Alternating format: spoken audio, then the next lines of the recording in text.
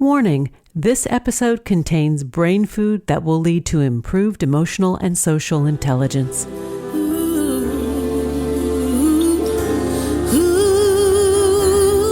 Hello and welcome to our new short format servings of consciously prepared brain food designed to improve your mental fitness.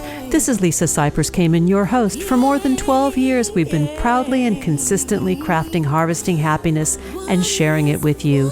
Each week, we spotlight diverse thinkers and doers who are contemporary trendsetters and change agents devoting their lives to creating a better world in which to live. We invite you to listen up and change the way you think about human happiness. Our award-winning content is fresh, optimistic, and purpose-driven media that promotes well-being from the inside out. Alrighty then, let's dive in. This episode offers psychosocial education designed to inspire and motivate our listeners. The information provided does not constitute a therapeutic relationship nor a substitute for professional mental health care. If you are experiencing a mental health crisis, call 911, go to your nearest emergency room, or for listeners in the United States, text 988 for the National Suicide and Crisis Lifeline.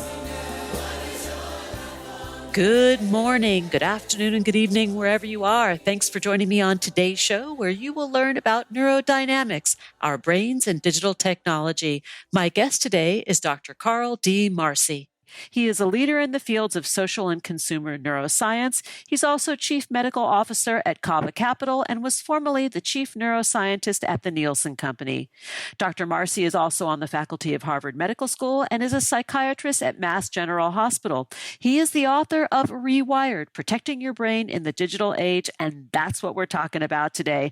Dr. Marci, thanks for joining me today. Lisa, it's my pleasure. Well, I am glad you're in the house because this is a subject that for the past several years, I've been after dear Andrea, our producer. Like, we need more people to come and talk about this, how technology and social media impacts our brain.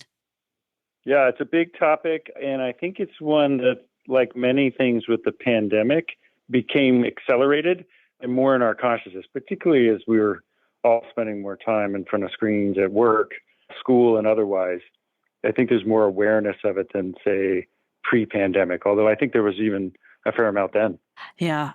We have survived the pandemic, and yet social media is stronger than ever. And especially TikTok, I'm noticing with the young adults that I am surrounded by, my kids, TikTok it's hard for these kids to pull away from it. Yeah, it really is amazing. And I think TikTok, in a way, exemplifies a lot of what I was trying to communicate in the book. And a phenomenon emerged during the pandemic that I was not able to write about, but I think really offers some of the best confirmation of this notion that social media really can rewire our brains. Do you want to hear about it? Yes, I'm waiting with bated breath. I definitely want to hear about it. So what happened was I had a reporter from the Wall Street Journal reach out, and she was asking about the TikTok brain. And we were having a conversation like this, and she mentioned something called TikTok tics. I was like, oh, what's that? And she said, oh, well, it's this phenomenon. These kids are developing tic disorders on TikTok. I was like, oh, I've got to look into this. And I was doing research on it, preparing for the interview, and it's really an amazing story. So in North America, there are a series of what are called movement disorder clinics. These are clinics that specialize in movement disorders, of which tics or Tourette's is a classic example. And they're linked together by computers, and they share information. And Tourette's syndrome or tic disorder classically is young males, ages sort of 3 to 5, and they develop tics when they're young, and each tic is unique to the child. There really isn't a common theme across them. Well, what happened during the pandemic is these movement disorder clinics started to see a phenomenon of tics developing later on, teenagers, females, not males, and they had very similar tics. Wow. And the tics, yeah, exactly. Wow. So that's wow number one. Wow number two is the tics looked like facial expressions and other things that highly popular TikTok videos were displaying. They were literally mirroring what's on the screen. And my brother and I were talking about this, and he said, "Oh, Claire has that." I was like, "Claire's his daughter, my goddaughter." I was like, "What?" I said, "Yep, she can't suppress her lip smacking that she developed during the pandemic." So this is a pandemic phenomenon developed by TikTok, which when you have these short snackable dopamine hits, let's just call it what it is, that reward the brain, we are endowed with these mirror neurons, which allow us to reflect and have empathy and understand another person's brain state. We can't help but mirror what's on the screen, and it's leading to this kind of thing. So I thought that was really a powerful statement for how these things can rewire the brain. Let's talk a little bit about our brains being wired for pleasure and why these devices are so instantly gratifying to us. Yeah, so, we've evolved over 1 million years as a species. We've been sort of more social as Homo sapiens and beat out the Neanderthals, about 50, 60,000 years ago. But it's only recently in the last 100, 200 years that we've had all this technology, massive explosion. And one of the drivers of that phenomenon is really longevity. And what I mean by that is our brains have more time on the planet in a fully developed state. So humans are very unique in that at birth, our brains, as unique among mammals, our brains are only 10% developed. That means 90% of brain development occurs outside of the womb. This is why, you're a parent, I'm a parent. You know what it's like to have small kids. You have to watch them 24/7. They're very fragile. And society says they have to be on the order of 18 years old before they go off in the world on their own, right? Maybe. Maybe. Well, maybe, yeah, maybe. Exactly, maybe. Well, we now know that the brain doesn't fully mature until the mid-20s, which probably explains a lot of what we see among young people when the world gets very stressful. But the idea here is that part of that 2-decade plus brain maturation involves the prefrontal cortex. So the prefrontal cortex sits behind our forehead and our eye sockets. It is the most highly evolved part of the brain. And I use the metaphor of a conductor in our brain symphony, pulling in different parts of the brain as needed. And that takes a very long time to develop. And it's the last thing to fully mature. And the prefrontal cortex is the difference between reaction and reflection, impulse and insight, attention and distraction. And in a world where we are developing and exposed too early to things that are overly stimulating or rewarding, the reward centers and emotion centers get hijacked before the prefrontal cortex can fully develop, and our brains get out of balance. And that leads to a lot of consequences. I can imagine. I mean, all of our addictive tendencies that are sort of ingrained in reckless youth. That explains it. If you think of it like just kind of a seesaw, right? You want some balance between the reward and emotion centers of the brain and the more rational thinking impulse control centers of the brain. And if that gets out of whack, you can imagine you have more impulsivity, you have more attentional problems. And now we know from a neuroscience perspective that imbalance also contributes to mood disorders, depression, anxiety, as well as substance use and tragically suicide. This is big. This is big and something that we all need to pay attention to. And it does explain why we can't put the things down, right? Because you're getting like an IV of dopamine by having this thing in your hand all day. Yep. Yeah, and I go out of my way to make a distinction between habits and addiction. So let's talk about that for a second, right? Because we've all changed our habits around, this supercomputer in our pocket. Right? There's no question. So we've all rewired our brain to some degree. And lots of people use the technology, and it's a fabulous technology that allows us to be more productive and stay more connected and get information and buy things and navigate where we're going, all kinds of wonderful things. I'm not against the technology. And I think what we need to do as a society is, number one, continue to raise awareness. Number two, I do think we're going to need some regulation, and AI is finally, I think, spurring some action among Congress. And then number three, we really need to identify who is at most risk, because I don't believe everyone's addicted to everything, because that means everything and nothing at all. So we got to identify who's going to be at the most risk and really focus on those people and help them navigate critical periods of development. How do you differentiate between who is more at risk? Or are you basically saying that a developing brain is more at risk than one that is already developed in terms of self-regulation with the technology? Correct. It's both, right? We know that a more fully developed brain is less likely to succumb to all kinds of point one. So you have to really watch young people in this regard.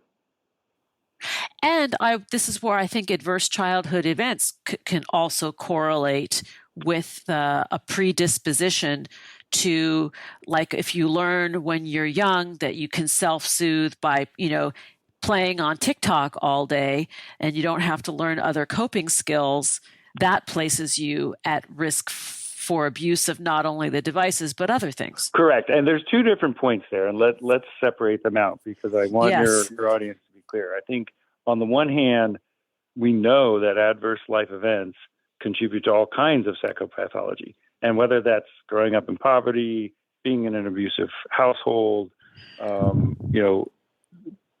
having trauma, losing a family member to, illness, the list goes on and on. Those, I believe, are all risk factors for brain development, and we know that now. So anything that impacts adversely brain development is going to put people at risk. So that's point number one. But point number two, I love the example you just gave. You could take a perfectly well-adjusted child with zero adverse life events and make the mistake of exposing them too soon for too long to some of these technologies that allow them to soothe themselves. They learn to use media as a mood regulator. And the challenge with that is that that's how you begin to get hooked on these things. And when you go out in the world and you don't have that phone, and you're challenged for the first time in a relationship, at school, in any number of ways, you can't regulate yourself in a way you need to. And that's the child who's at zero risk until they're overexposed. Does that make sense? It makes complete sense. It's and, not or. Correct. In this case. Correct. Which means we're really all at some risk, but some of us are at greater risk than others. Let's take a break. And when we come back, we will continue the conversation with Dr. Carl Marci. We're talking about REWIRED, Protecting Your Brain in the Digital Age. To learn more, please go to rewiredthebook.com. And on Twitter, you can find Dr. Marci at CM Biometrics. And on LinkedIn, go over to Carl D. Marci, MD. Here comes that break. We'll be right back. And that is a promise.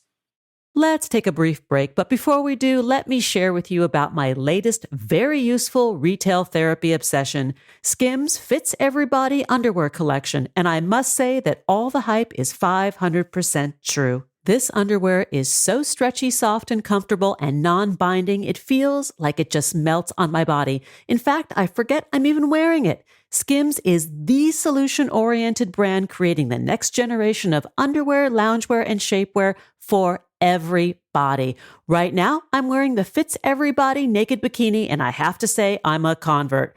Thanks to the raw cut edges that effortlessly hug my curves, there are no visible panty lines, no seams, no camel toes, just pure comfort and joy. I'm in love with Skims and never going back to ordinary undergarments. The Fits Everybody collection of underwear are lightweight, form-fitting essentials. The buttery soft fabric molds to your body and stretches to twice its size. It's offered in a range of cuts and fits from underwear and bras to dresses, t-shirts, and bodysuits. Available in sizes extra, extra small to 4X and offered in 9 core colorways and limited edition seasonal colors. Believe the hype. This collection has over 90,000 5-star reviews for a reason.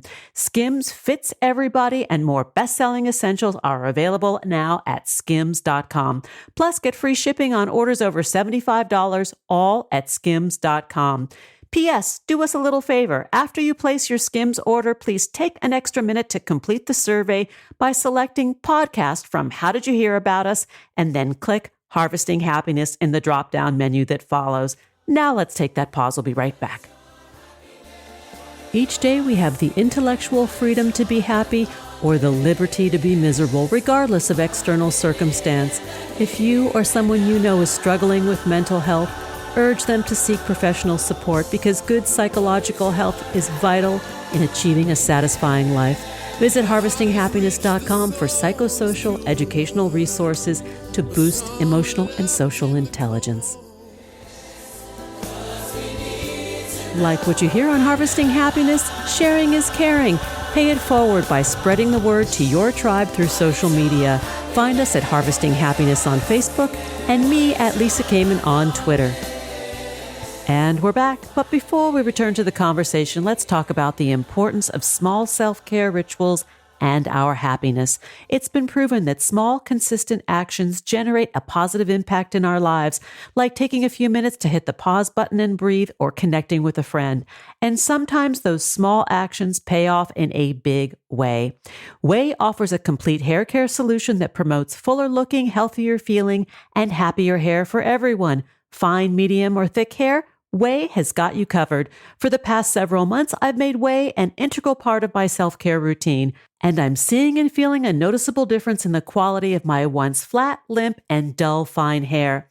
I'm a big fan of OUAI's hair, body, and fragrance products. My go-tos are the hair shampoo and conditioner for fine hair, plus the volume spray. They make my hair full and bouncy, not to mention all OUAI products smell sensually delicious. Another thing I appreciate about OUAI is their eco-friendly 32-ounce refill pouches of their most popular shampoos and conditioners. OUAI helps to improve overall hair health with beauty-boosting ingredients that support thicker, shinier, beautiful-looking tresses. OUAI is an easy and effective go-to hair and scalp health regime because good hair care demands more than just styling. Get on your way to healthier hair one day at a time with shampoos and conditioners that are just your type. Go to THEOUAI.com and use code HH for 15% off your entire purchase. That's THEOUAI.com, code HH. Now let's get back to it. And we're back, continuing the conversation with my guest today, Dr. Carl D. Marci. We're talking about neurodynamics, our brains, and digital technology. Let's get back to it. Okay, Carl, let's talk about the antidote or the counterbalance to this digital distraction that we are all obsessed with. And by that, I mean those in-person relationships that we have, in some cases, forgotten about or have been unable to connect in that way during the pandemic. And it created a relationship famine of connectivity. Yeah, I think it's an important topic. So we spoke earlier about how vulnerable the brain is at birth and how adult caregivers need to be actively involved in the development of a child early on and really throughout the first 2, sometimes 3 decades of life. That's a very, very long time, right? I like how you slipped that in. 2 or 3 decades, because I don't know how old your kids are, but mine are in the middle of that second decade, and I'm still there. Yeah, well, mine are just finishing their first decade, and I worry about what's ahead. But hopefully, we have some tools and education to help us. But let's think about it now from the perspective of brain development and how for eons we have relied on face-to-face, intimate, reciprocal relationships. And what we know about intimate, face-to-face, reciprocal relationships between humans of any age, but in particular an adult caregiver and an early child, is that they're powerful from an emotion regulation and brain development perspective. Full stop. There is nothing a young child needs more than the interaction from someone with a more developed brain so that they can learn and mirror and do all kinds of things. So now enter a world where adults in the U.S. are consuming on average over 80 hours of media a week. and the TV's Wow. on in the background all the time, and you're on your phone half the time. Well, Junior's just sort of flopping around, and then you realize, wow, Junior actually likes screens too. And you think your child is a genius because at 8 months of age, they can tap a screen and make sense of it. No, your child's not a genius. Steve Jobs is a genius because he made a device that an 8-month-old can use. Right. And his kids aren't using it. Well, because he knew, right? Yeah. And that's the sad part. But the reality is we need to prioritize, and this is one of the recommendations in the book, what I refer to and social psychologists refer to as strong social bonds. And that is, the network of people in your inner circle, somewhere between 5 and 50, real people that you can keep track of their lives and they can keep track of yours. And you need to prioritize those bonds. I have a colleague at Massachusetts General Hospital who just wrote a book called The Good Life. And you may want to consider having him on your show. His name's Bob Wallinger. And I talk about... I have his book. Yes, I want him. He's terrific. Someone sent me his book, and I've told the producer, let's get him. We haven't gotten him yet. Tell Bob to come on the show. Easy introduction. But Bob's a great guy. Cool. And he is the third director of the Harvard Longitudinal Study. It's one of the longest running studies, and he'll come on and tell you all about it. But the punchline of his book and of this research is at the end of life, the best predictor of happiness and fulfillment is the number and quality of relationships. Full stop. Nothing even comes close. Amen. Yep. Right. So when my kid tells me, he's focused on becoming a YouTube influencer and making all this money, and I say, Cam, money doesn't buy happiness. He goes, no, Dad, you're right. It doesn't buy happiness. It buys awesome. I'm like, no, no, they're brainwashing you already. So it's really, look, these are large companies who are highly invested in getting everybody to use this device and these technologies for as long as possible. And we just need to be to hijack your brain. Yeah, that's what they're in the business of doing. That's exactly what they're in the business of doing, to sell advertising. Yes. But let's talk about oxytocin, another really, really important feel-good hormone, and how the difference between maybe a little tiny hit that you might get from watching puppy dogs and kitties on a TikTok video versus a hug from somebody that you really care about and cares about you. Right. Night and day. I mean, you're talking about 10x, maybe 100x increase in that experience. And it's not just oxytocin. It's also, adrenaline. It's also how your heart rate adjusts itself and literally begins to regulate and go into synchrony. I was an empathy researcher and the first director of social neuroscience at Mass General years ago. And my research what got me into all this stuff was actually monitoring patients and clinicians during psychotherapy. And I found what I refer to these moments of meaning, these moments of synchrony, when literally you could not tell the difference between the physiology of the two people because they were in sync. And we have gone on to later show that brainwaves do the same thing. And people who love each other and sleep in the same bed do the same thing. We regulate ourselves to each other. It's impossible to do with social media. Yeah. And it proves the point of how much we really do need each other for our well-being. For our well-being, for our regulation, self-regulation, for brain development, for immune response, for health, both physical, mental, and social. I mean, the list goes on and on. There's this great statistic I quote in the book that comes from the loneliness researcher. And, people now categorize loneliness as independent of depression. It's actually a different thing. So people who are socially isolated and crave attention but can't get it for whatever reason, that being lonely is the equivalent from a physical health perspective of smoking 15 cigarettes a day. I read that. I actually read that statistic, which is incredible. It's toxic. Loneliness is toxic. It's deadly. But this is my point about it affecting every system in the brain and the body. Yeah. So we sit here and we look at statistics from the CDC and other places and wonder why we're seeing not only double digits, in some cases, high double-digit increases in anxiety, depression, substance use, unwanted sexual advances, all kinds of horrible things, attention deficit disorder in adolescence. And we wonder why.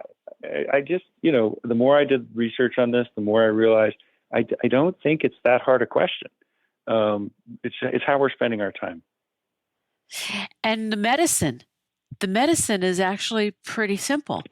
It's age old. It's simple, but not easy, right? I mean, because again, you're competing with powerful forces.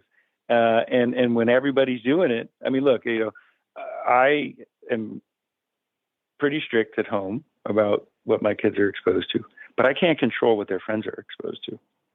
So when my 6-year-old, says something that is really shouldn't be coming out of a 16-year-old's mouth, I have to wonder where she heard it. And it's because her friends are on these things unsupervised, too long. We are nearly out of time, and I want to give a little snack or a little taste of another interview that we're going to do about AI technology and how it relates to what we're talking about. What does research say about the fix, and how do we prepare for this next wave of AI technology? And it can only be a little tiny reveal. Yeah, we're going to have to do more. Well, I'll tease like this. I'm talking to you on an iPhone. It's got more computational power than the computers that put man on the moon, and is an amazing, amazing device. The new generation of AI, these large language models, will make this technology look like a black and white TV in just a few years. Oof. Scary, thrilling, exciting, all of the above. You got it. Fasten your seatbelts, and hopefully we'll have a playbook, a rule book, so we don't implode. That would be my hope. Yeah, and I think there's already a call to arms, and people are getting organized and having serious conversations about this technology that we probably should have been having about the supercomputer in our pocket we euphemistically call a smartphone. But I think we have an opportunity to thread a needle, but we have to be intentional about it. And that's all we're going to say about it for now. And you're going to have to tune in again, everybody listening, because we're going to talk about this more and where we're going with technology and neurodynamics. And you and I kind of talked about that. That really is a thing. I didn't just make it up. It's my new favorite word. Yeah, the next book. There you go.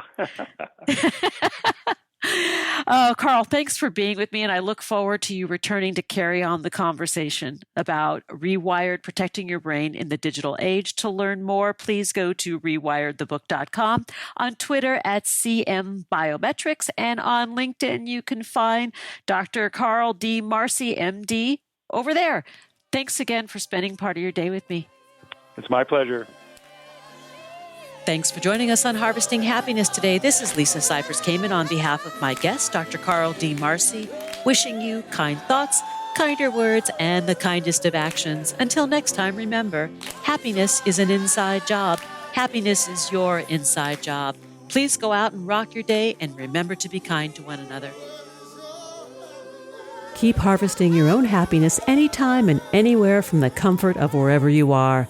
Subscribe, listen, and share hundreds of downloadable episodes from our mental muscle toning libraries at harvestinghappinesstalkradio.com, toginet.com, iTunes, Google Play, Amazon, Spotify, or wherever you get your podcasts. To learn more about my global consulting services, please visit harvestinghappiness.com. Spread more joy by liking us on Facebook at Harvesting Happiness and following me on Twitter at Lisa Kamen. Harvesting Happiness is produced by me, Lisa Cypers-Kamen, Andrea Mengele, Robin Boyd, Andrea Daly, and the awesome team at Podfly Productions, including Eric Begay, Kimberly Beck, and Alec Gus, in collaboration with TogiNet Radio, KBUU, RadioMalibu.net, and is available on PRX, the Public Radio Exchange.